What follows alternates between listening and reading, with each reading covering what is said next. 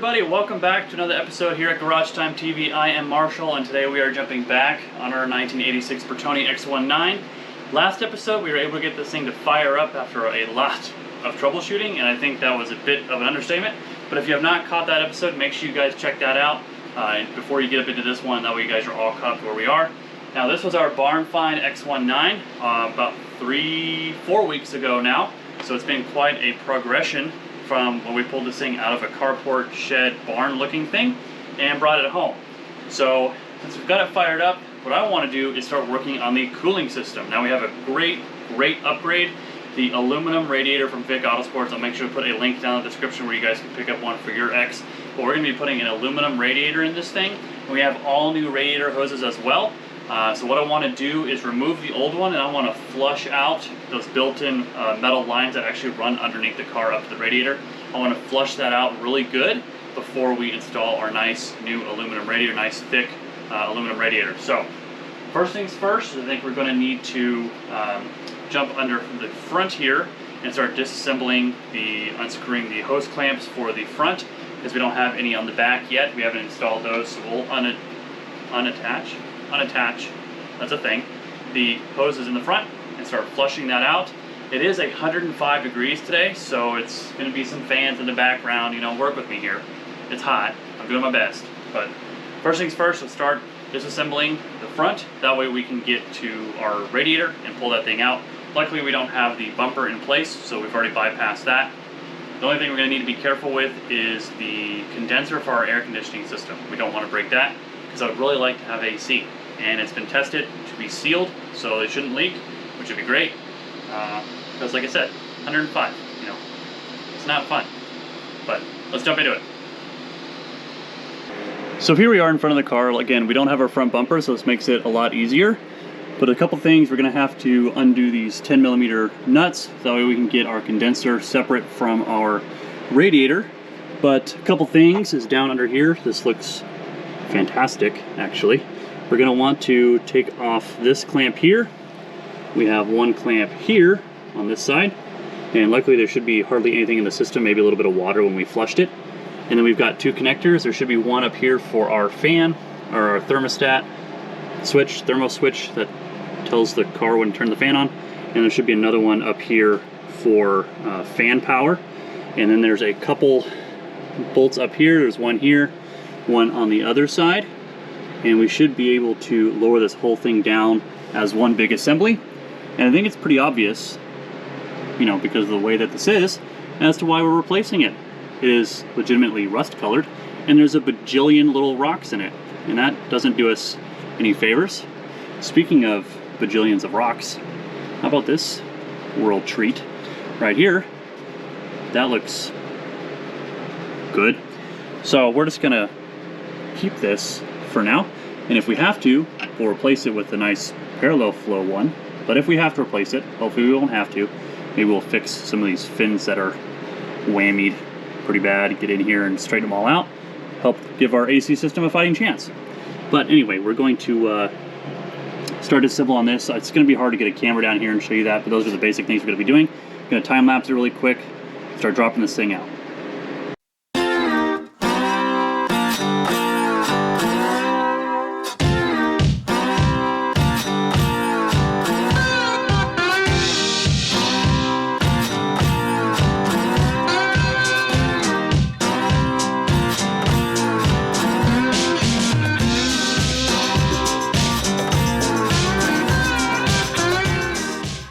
Alright, so it's actually relatively easy to pull this thing out. Just word of the wise, take off your radiator hoses first, that way you don't, you know, fight the thing.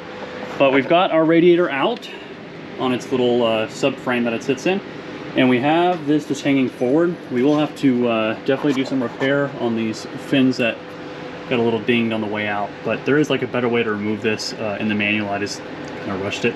But I have a zip tie holding it up from the end, that way the tension is off these bends in the metal. That way it's just held up here instead of the whole weight of the thing tipped on it. So we're actually going to slide out this radiator here. Oh, that thing's heavy. Oh, this thing's got dual fans. I didn't know that. Guess I should have known that, considering it's so small. What does this say? Oh, not smart to do with fans going on. IPRA. If you know what that is, drop in the comments down below. But you can see like a water line on here or something. I don't know if it's damaged or what. But look at those lines. Definitely seen some better days, so we're definitely gonna be flushing that. I can only imagine what the inside of this thing looks like. Oh, how about some of that? That's so glad we're getting rid of this thing. These fans are no joke. Those are meaty. But while it's out, we can actually bench test these. We'll grab our jump pack and we'll make sure that these work. This all looks original, actually. So we'll definitely test these before we get fully seated, and it's a really good time to clean them, all that good stuff. But now is the fun part where we just take off the bottom mounts that are down here, on the bottom here and over there. And we'll take this off, transfer over our fans, clean them off, transfer them over, put our new radiator hoses. We've got our radiator box back there. Maybe you can see it poking out off the top there. And so we'll put that on the sub bracket. We'll probably just shoot some paint on it as well. That way it doesn't surface rust. It'll look like all brand new. So let's start taking these off, cleaning these, swapping over the radiator, and most importantly, flushing that out.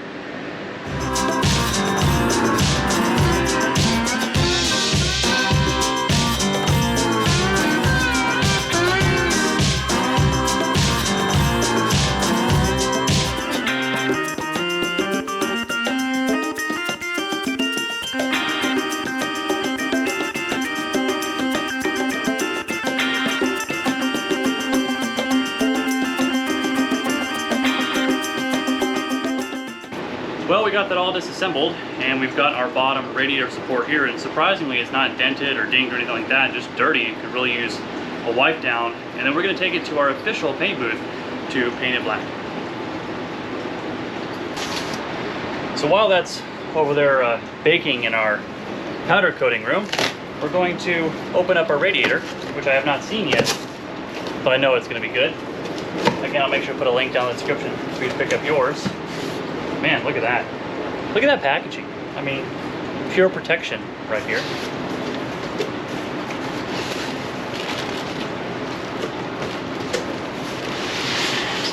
Oh, yeah.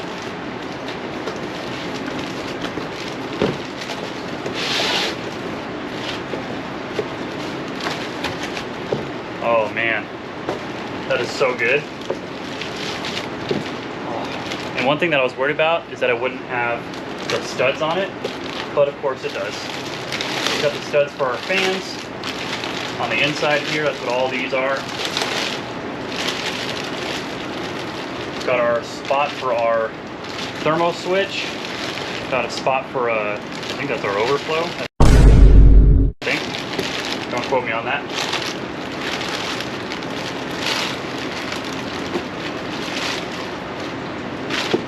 Got our brackets on the front. Oh, we even have the studs for the AC condenser.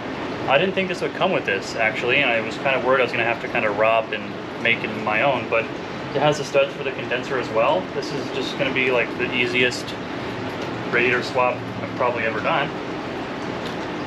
This is actually really nice. I mean, look at that. You can see right through that thing.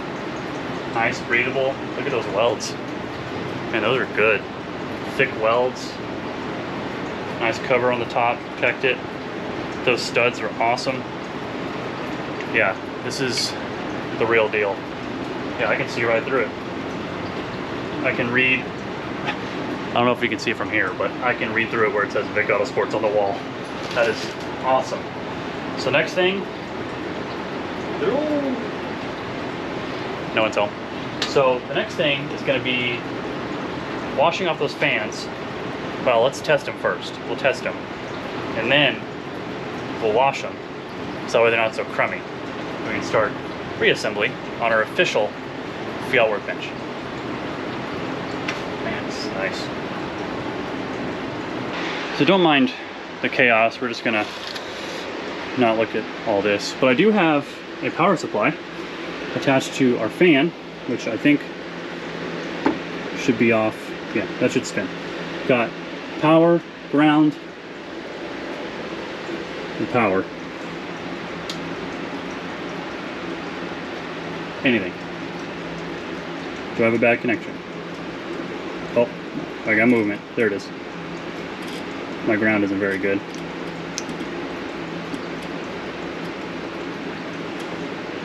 Alright, so that works. Let's try the other one.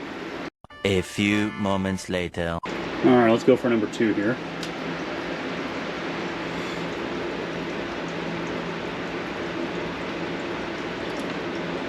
There it goes. So it's like a really low power tester for like light bulbs and stuff, but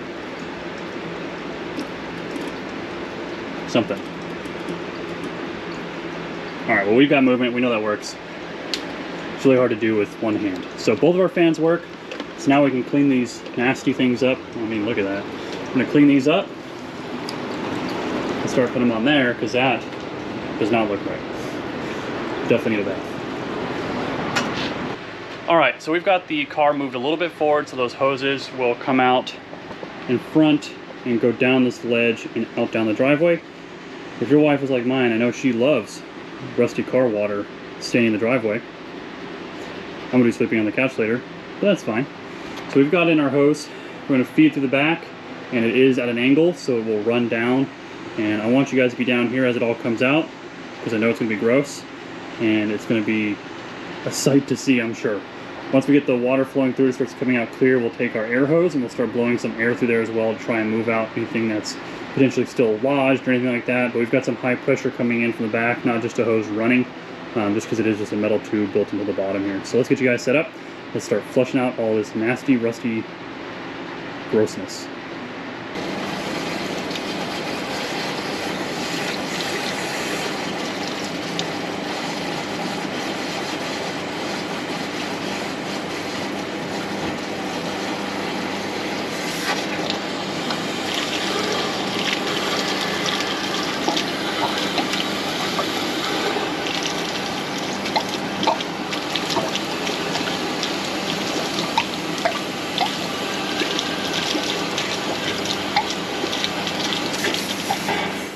Well, that's nice. It's not good at all. It looks like we got a lot out, but still a little bit there at the end. I think there's a little bit there, so maybe we got to do a little bit of back and forth and back and forth. And of course, as soon as I start shooting all this out, the camera dies out. Why? Why? Why? Why? Why? So that's also just fine. But you can see this is a lot of grossness, so we're going to keep flushing it. I don't really want to have to pull the car out to go back and forth. You know, maybe I'll take something and like a flathead and a towel and kind of like start scraping that out and just keep flushing it this way. We are fighting a little bit of gravity because it does curve up into it. I just don't want any of that in our nice new radiator. All right, so our stuff is out there drying, so I want to come back here and start working on our radiator hoses.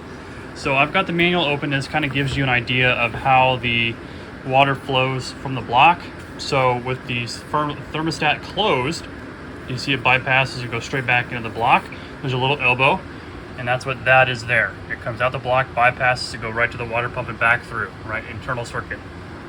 So now, when the thermostat is partially open, it starts to free flow every direction, right? We're getting a little bit of cool coming in from the radiator, in and out.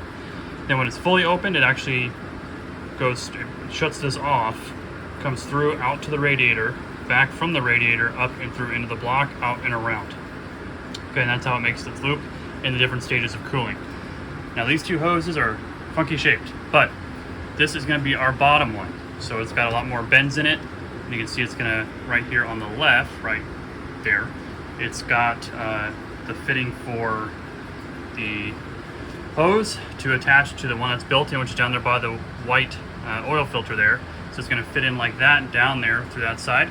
And that's gonna attach to the bottom right there on the side. And then this one is our top, and it fits on like this. So in essence, this is gonna make a kind of big diamond shape when it's attached, because this is on the top, and this goes to the outside one, in our perspective, the one that's on the right. So if you're looking at from the back of the car, there's two. the one that's on the right, closest to the distributor, is going to have this long one that's kind of more of just an L shape.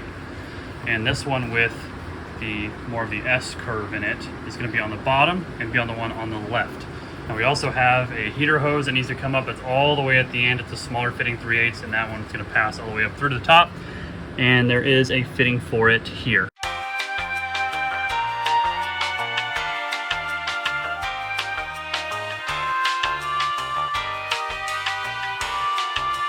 So that's what's going to go on there.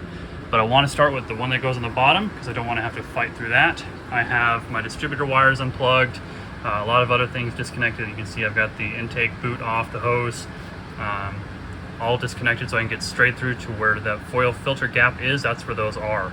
So starting with the bottom, and then the top, we're going to clamp it on, and then we're going to attach the radiator, the heater core hose as well, which was actually still good from when this was sitting there in the box.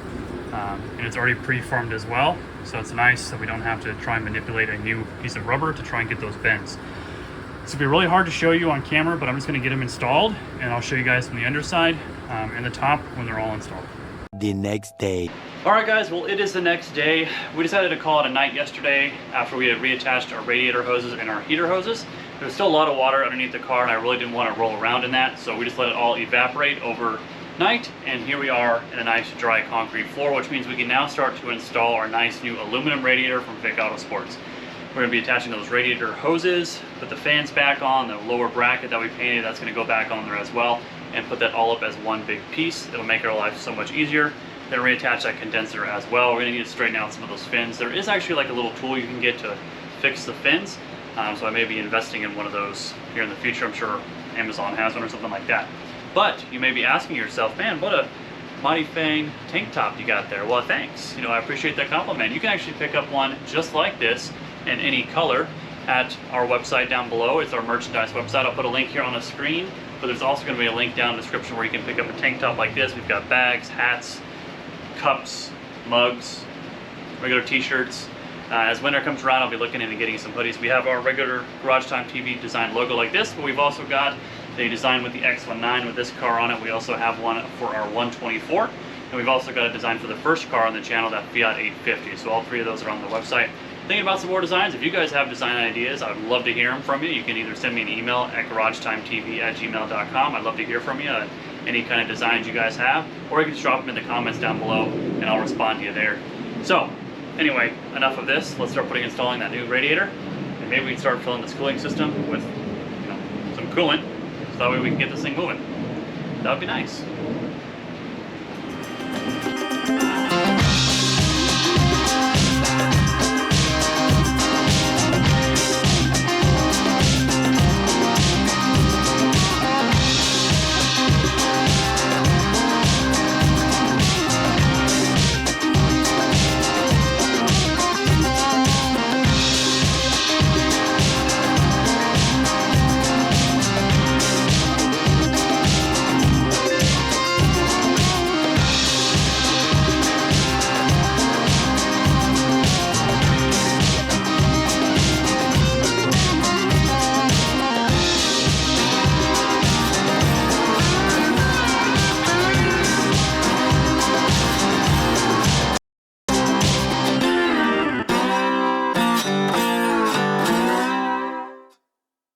All right, well that radiator is in, and I definitely don't want to do that again. I had to use the jack, as you saw there, to help lift that thing up.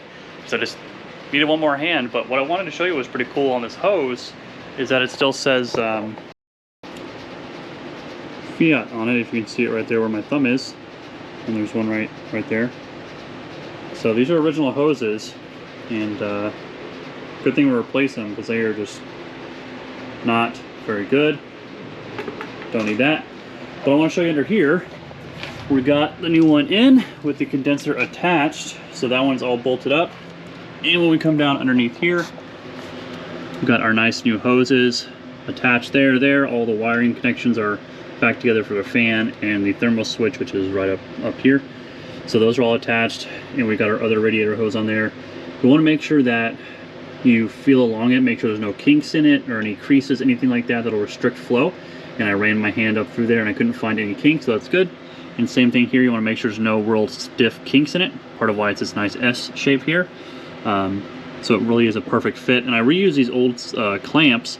I actually like these way better than the worm gear ones, just because I think these hold tension way better, and the worm gear ones just strip, and I can't stand them. So these are way better, and they're the original ones, so you got to stick with it. But those fans are, as you saw, installed. But it looks good in there, and it's going to do so good on our cooling. So the last thing to do, now that that's all attached, is to come back to the engine bay. Don't mind the mess, lots going on here in the garage. We've got our heater hoses attached here. That's our long one that we need to attach at the bottom. It's the metal line underneath the car, and then we've got our other one attached here. And then we've got, the last thing is to do our overflow tank. So let me attach that one on the bottom really quick, and then I'll show you our nice new overflow tank, which is exclusively at Vic Auto, and I think you guys are gonna really, really like it. So let me attach that, and I'll show it to you. So we've got that heater hose attached underneath, and that's the one that loops around the firewall and comes up and around to that same pipe that the water pump is on.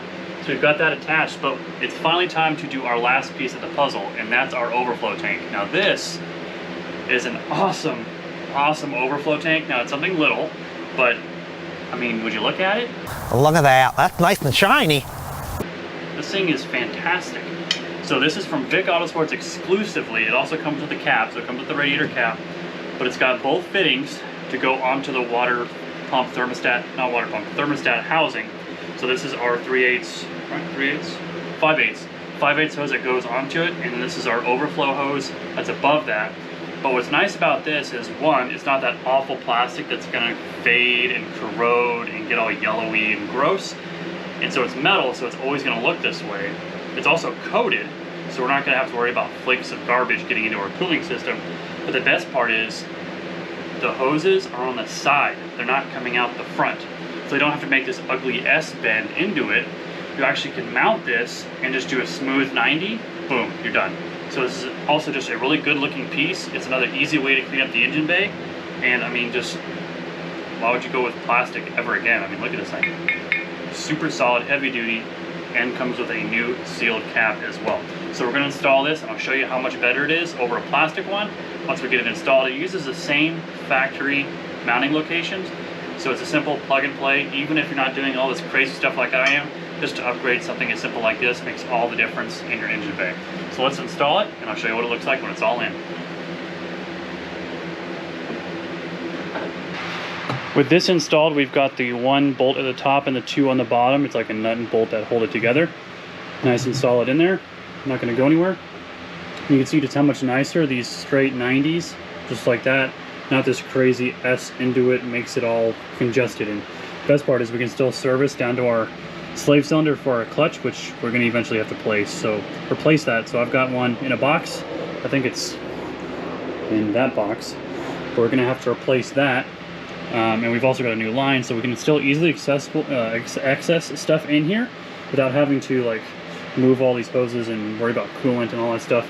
Now we've got our cap, goes on top of there, and we can easily fill the system, and it looks so much better. It looks like it's actually meant to be there, considering everything else is, you know, aluminum colored, silver, nice looking.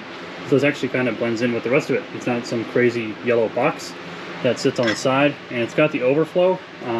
This is supposed to just go to the ground. Thank you, Italians, for your environmentally friendly design, but that's just how it goes. So if you overheat, it just goes out. So I'll probably just run a hose down the front, try and like zip tie it around here with a thin black zip tie and see if I can get it down and out around the transmission or back that way, so it's kind of hidden out of the way. But that's later. But that's all included. The cap, the barb fitting, and the canister, all of it available on Vic Auto's website.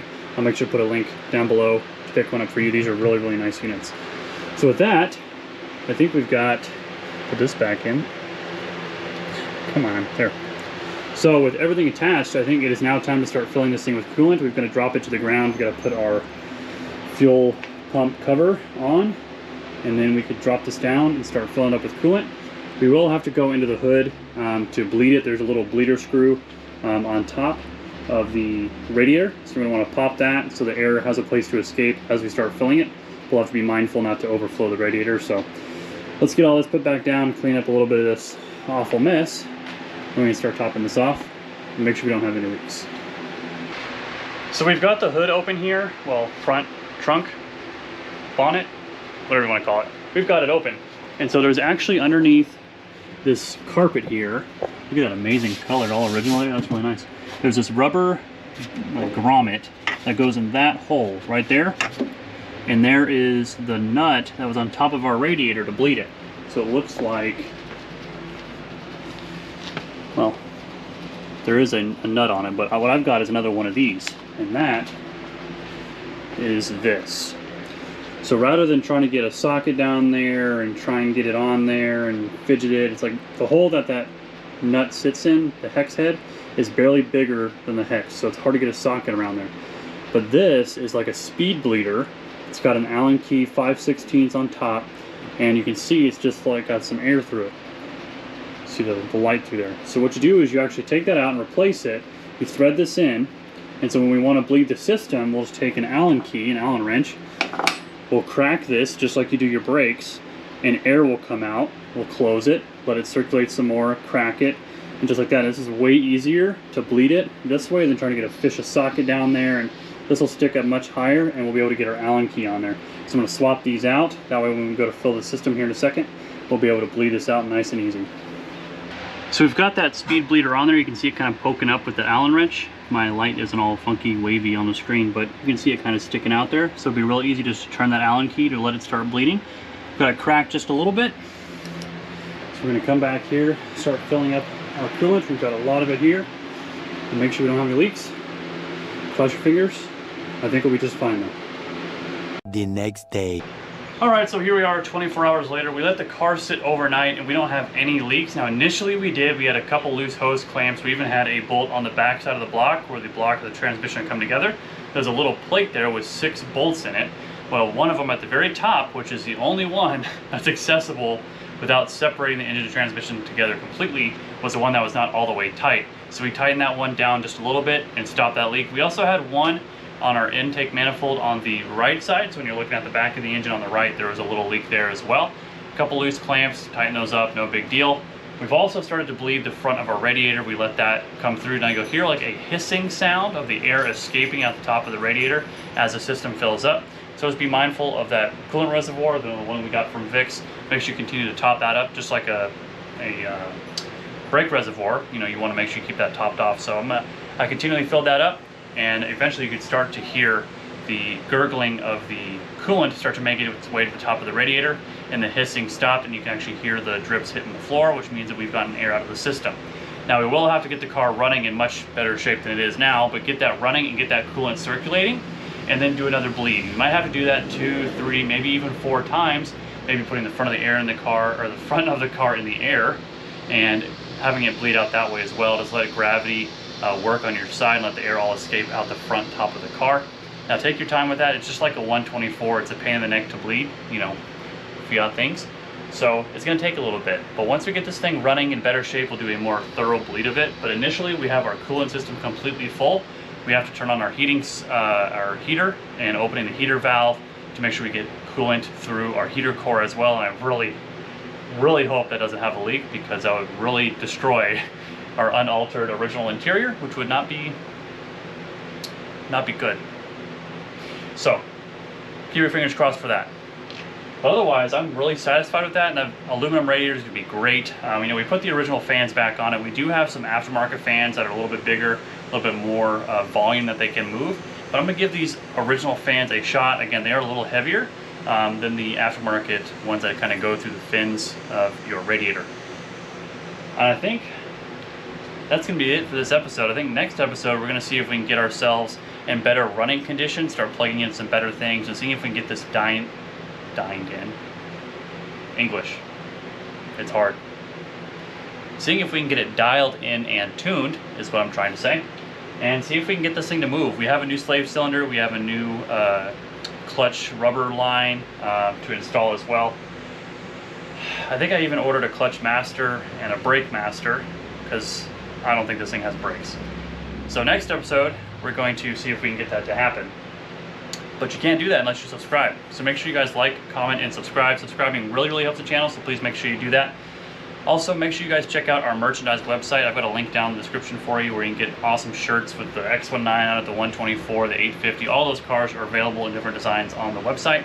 And if you guys have t-shirt or design ideas, shoot me an email, garagetimetv@gmail.com, or put a comment down below. I'd love to hear what you guys have for you. What do you guys want to wear? That's what I want to know, and then I'll make it, and then you can get it. Well, thank you guys so much for watching. I really do appreciate it. And until next time, we'll see ya.